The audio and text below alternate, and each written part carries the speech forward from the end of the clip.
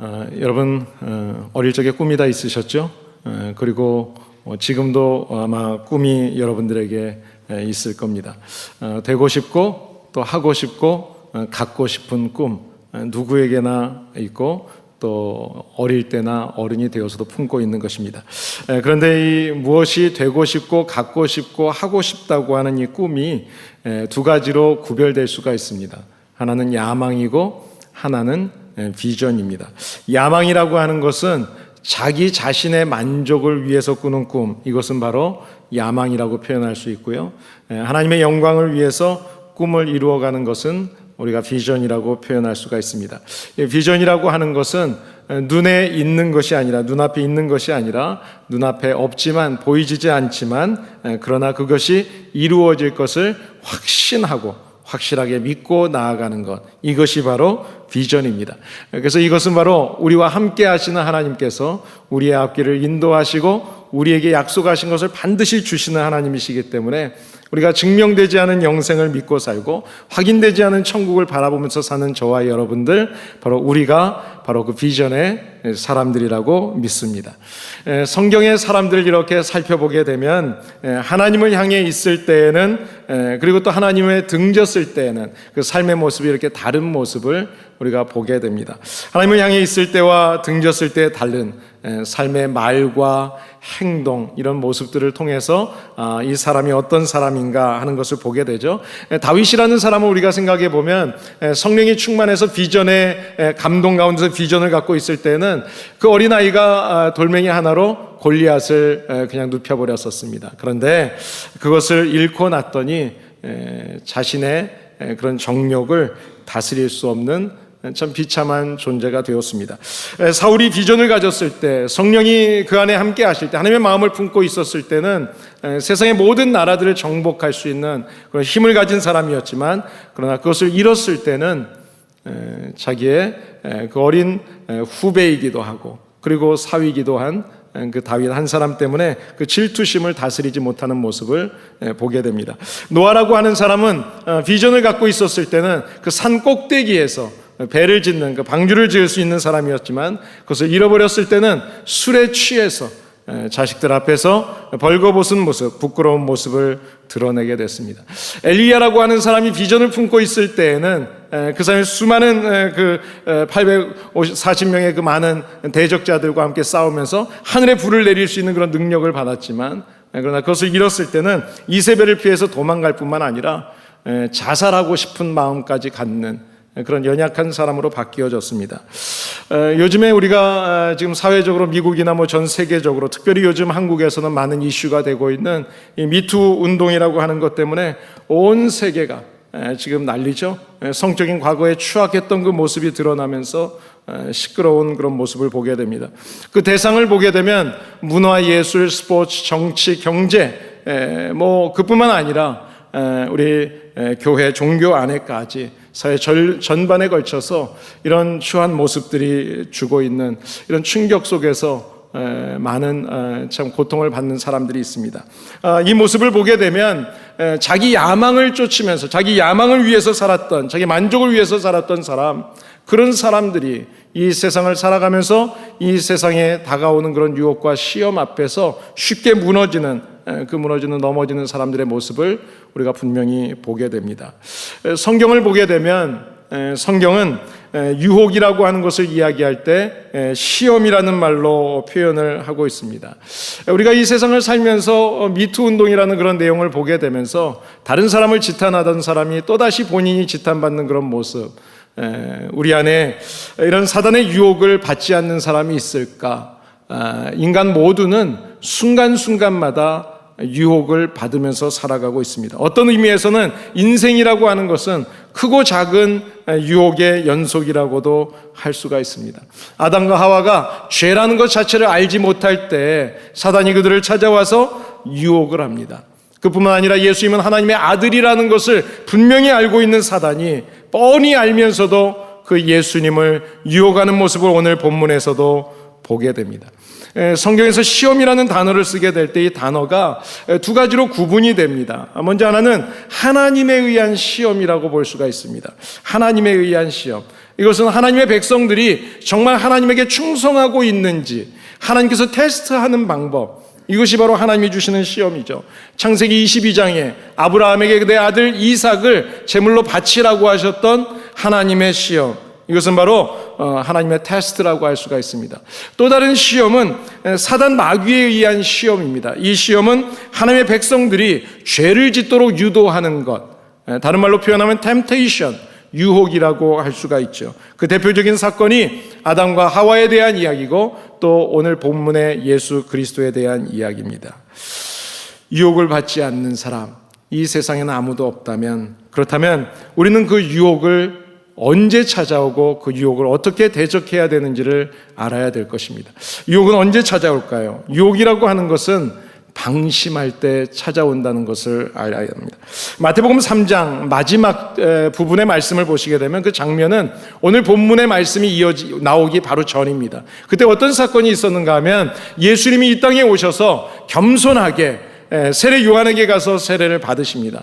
그리고 이제 주님의 사역을 시작하게 됩니다. 그때 하나님 아버지께서 말씀으로 이제 하시는 그 말씀이 어떤 말씀이었는가 하면 이는 내 사랑하는 아들이요 내가 기뻐하는 자다 라고 그렇게 선포하십니다. 이 선포의 의미는 어떤 선포인가 하면 그동안 너희들이 기다렸던 메시아, 그 메시아가 왔다. 평화의 왕 예수 그리스도, 그분이 바로 이분이다 라고 쉽게 이야기하면 어떤 취임식을 하는 거예요. 모든 사람들 앞에서 증명해 보여주는 거예요. 선포하는 겁니다. 이런 영광스러운 사건 직후에 그때 예수님은 마귀에게 유혹을 받게 됩니다.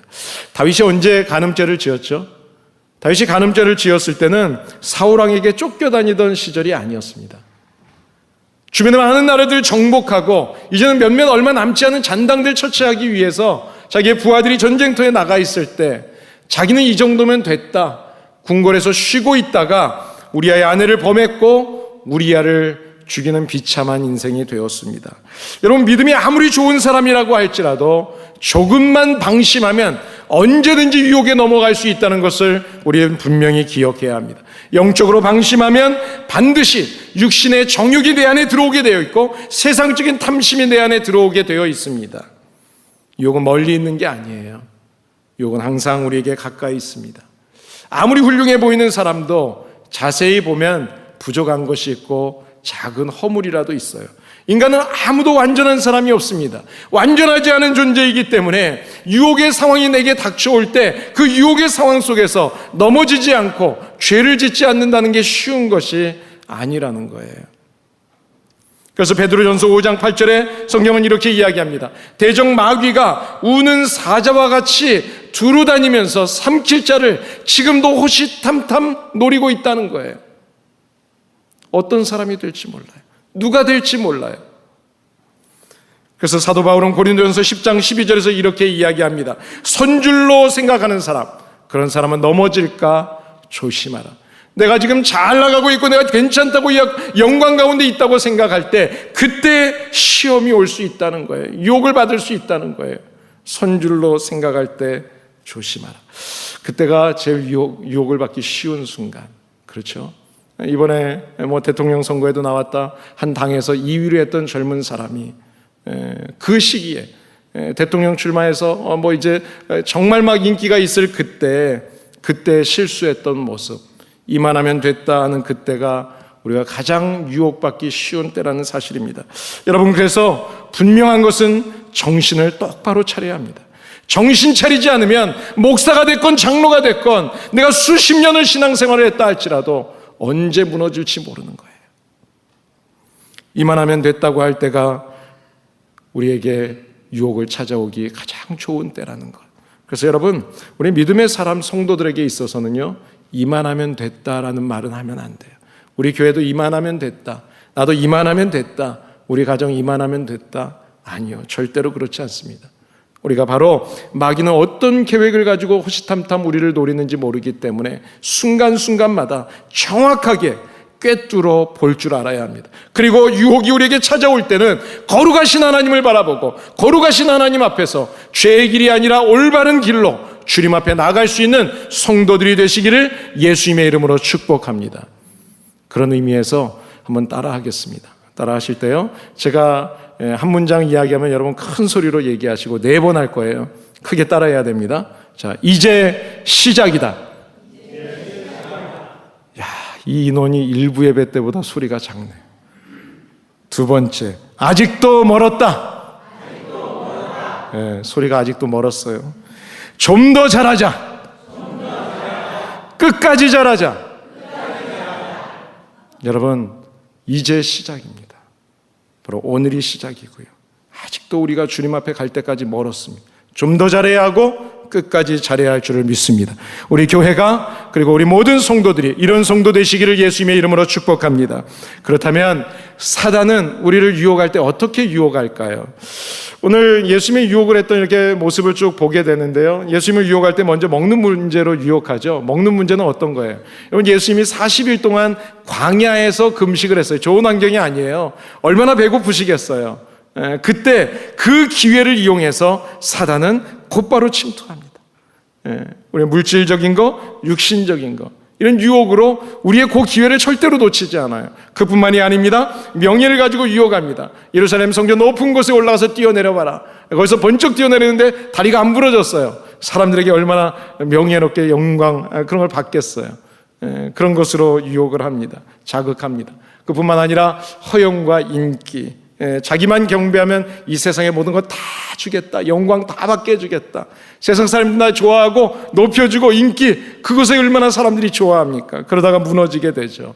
그런데요, 그때 예수님께서 그 유혹하는 그 이야기에 예수님께서 그 대답하는 그런 모습하고 이렇게 보게 되는데, 여기 보게 되면 이 마귀가 유혹하면서 동일하게 하는 이야기가 한 표현이 나옵니다. 그 단어가 뭔가 하면, 만일 내가 하나님의 아들이라면, 만일 내가 하나님의 아들이라면, 만일 내게 경배한다면, 이 만약이라는 말, 다른 말로 표현하면 사단이 우리를 공격하는 방법 중에 가장 잘 쓰는 방법이 뭔가 하면 의심이라는 거예요.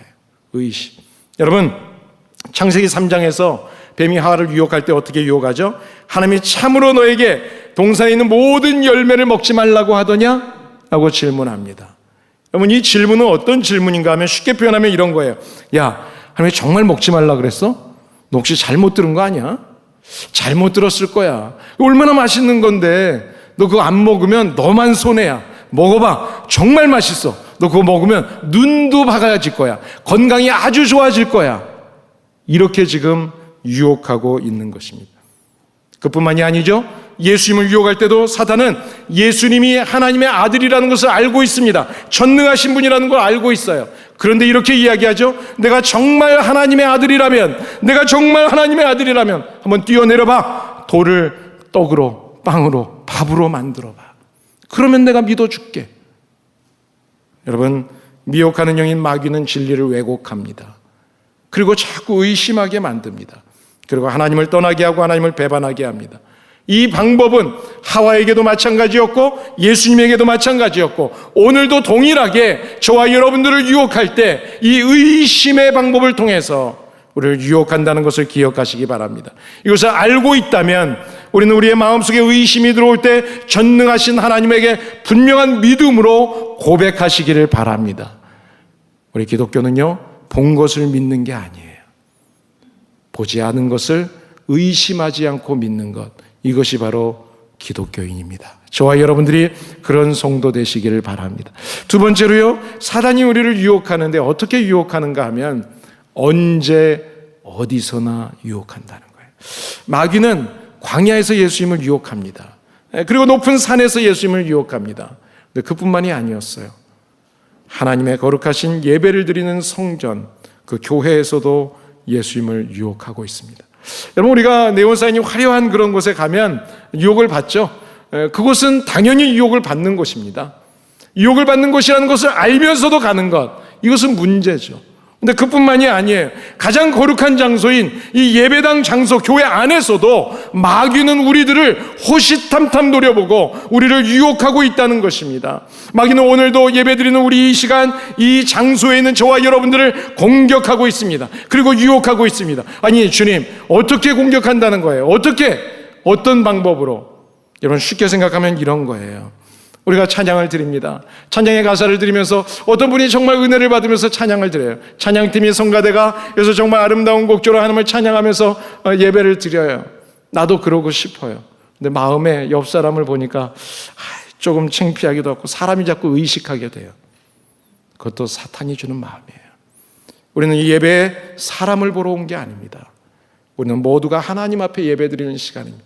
마음껏 손뼉칠 수 있고 마음껏 손을 들어서 찬양할 수 있고 마음껏 축복할 수 있어야 합니다. 우리가 기도할 때도 마찬가지입니다. 기도하는데 기도하다가 자꾸 다른 생각이 집에 내가 불을 끄고 왔나 켜고 왔나 그러다가 딴 생각이 나서 중언부언할 때도 있고요. 또 기도한 것을 믿지 못하고 의심하게 해요. 이런 것들이 모두가 바로 우리가 예배 가운데 우리를 공격하는 사단의 공격입니다. 그뿐만 아니라 말씀을 들을 때도 그렇죠. 말씀을 들을 때 저는 그냥 동일한 말씀을 전하고 있지만 듣는 분들의 마음과 그분들의 상황과 모두 다르죠. 다를 때는 각자가 들려지는 말씀이 다를 수 있어요. 그러나 중요한 하나님의 말씀으로 내게 적용해 주면 좋은데 어떤 때는 그게 나에게 브레임이 될 때가 있어요. 듣기 싫을 때가 있어요. 또 어떤 때는 이 말씀은 누가 들어야 되는데 왔나 안 왔나 사람 찾고 이런 것도 사실은 마귀가 주는 마음. 말씀을 전하는 목회자도 마찬가지입니다. 말씀을 전할 때 설교에 집중하지 못하게 하는 상황들이 있어요. 그래서 제가 설교를 하다가 가끔 실수할까 봐 저도 말씀을 다 10번, 20번 계속 다시 준비하면서 봤기 때문에 알고 있지만 그럼에도 불구하고 원고를 놓고 설교하는 이유가 있어요. 혹시라도 제가 실수하지 않기 위해서, 집중되지 않을 때를 위해서. 어떤 목사님이 설교를 열심히 하는데 예배 때마다 이렇게 가끔 요즘에 핸드폰이 있잖아요. 핸드폰이 자주 울리니까 울리면 좀 신경이 쓰이죠. 그러면 저도 가끔 신경이 쓰여요. 갑자기. 그런데 신경 쓰이니까 이렇게 자꾸 쳐다보는데 어느 날은 계속 울리는데 안 받는 거예요, 아무도. 그러니까 사람들이 두리번거리게 되고 주의가 좀 산만해지고. 근데 가만히 보니까 그 핸드폰이 목사님 주머니에서 울리는 핸드폰이었습니다. 목사님이요, 화가 좀 났었는데 어찌해야 될까? 전화기를 딱 들더니 갑자기 탁 바꾸서 하나님 죄송합니다. 제가 지금 설교 중이라 좀 이따 전화드리겠습니다. 끊었대요. 안 웃기시죠? 보셨어요? 스크린에 글씨? 예배를 혹시라도 나 때문에 예배가 다른 사람에게 방해되지 않고 하나님 앞에 방해되지 않도록 할 수 있는 모든 것을 예배에 들어오기 전에 잘 준비해야 합니다. 예배는 준비된 예배를 하나님 앞에 드리는 것입니다. 베드로전서 5장 8절에 보시게 되면 이런 말씀을 합니다. 마귀가 우는 사자같이 두루다니며 삼킬 자를 찾는다. 두루다니며 언제 어디서나 하다못해 예배를 드리는 이 장소까지도 이 시간 우리의 마음까지도 사단은 우리를 유혹하고 있어요. 이 유혹에서 우리가 이겨낼 수 있게 되기를 예수님의 이름으로 축복합니다. 자, 그렇다면 우리가 어떻게 사단의 유혹을 이길 수 있을까요? 첫 번째, 예수님이 두 가지 무기를 우리에게 가르쳐 주는데요. 첫 번째 무기는 기도입니다. 예수님께서는 사단의 시험을 기도로 이기셨습니다. 시험을 받게 되기 위해서 광야로 나가셨는데 40일 동안 금식 기도를 하시죠. 예수님이 이때 어떻게 기도하셨을까? 무슨 기도를 하셨을까? 이 말씀을 생각하면서 곰곰이 좀 생각이 났어요. 무슨 기도하셨을까요? 예수님은 지금 사역을 하러 이제 나가시는 겁니다. 그런데 사단의 유혹이 있어요. 시험이 있어요. 사람에게 모두에게 시험이 있어요. 그 시험을 이겨야 되는데 그 목적을 먼저 생각하는 거예요. 하나님, 제가 이 땅에 온 목적은 하나님의 뜻대로 온 영혼들을 구원하기 위해서 십자가에서 죽는 것입니다. 그때까지 그 일을 감당할 수 있도록 시험에 넘어지지 않도록, 유혹에 넘어지지 않도록 하나님 도와주시옵소서. 주님은 그렇게 분명히 기도하셨습니다.